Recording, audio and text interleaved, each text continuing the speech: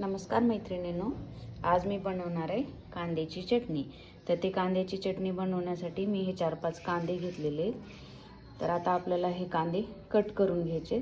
तोपर्यंत आपण ही थोडीशी चिंच आहे, तर ही चिंच आपण असं पाणी टाकून थोडा वेळ ही भिजत टाकूया। थोडा वेळ भिजल्याच्या नंतर तोपर्यंत आपण हे कांदे कट करून घेऊया। तर हे बघा, आपण मगाशी कांद्याची चटणी वाटणार होतो, तर ते कांदे मी हे कट केलेले पाण्यामध्ये टाकलेले। हे मगाशी आपण चिंच भिजायला घातली होती, ती ही चिंच भिजलेली आहे आता।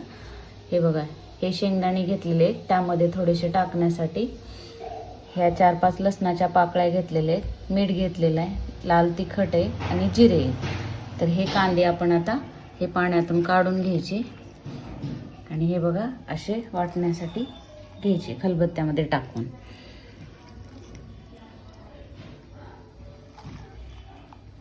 त्यामध्ये हे सगळे कांदे, तर हे बघा आपण असं खलबत्त्यात वाटून घेणार आहोत। आता हे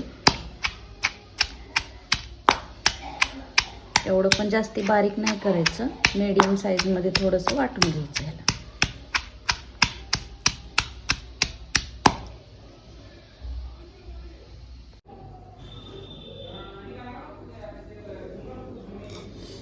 त्यामध्ये आपण आता हे शेंगदाणे टाकून घेऊया।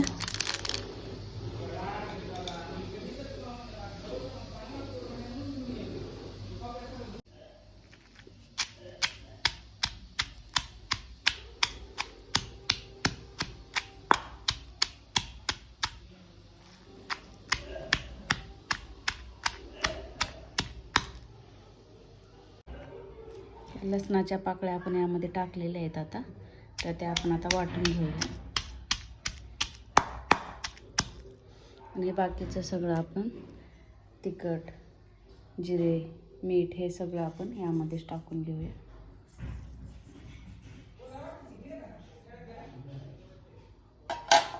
आणि आता हे सगळं मिक्स करून वाटून घेऊया आपण असं।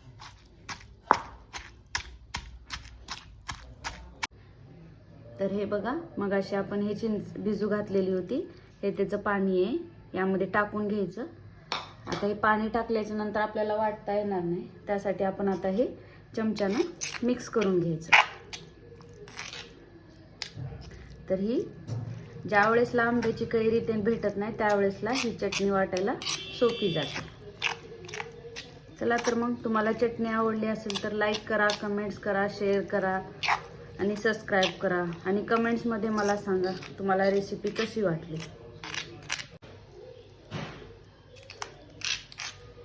तर ही बघा, आपली रेसिपी आता तयार झालेली आहे।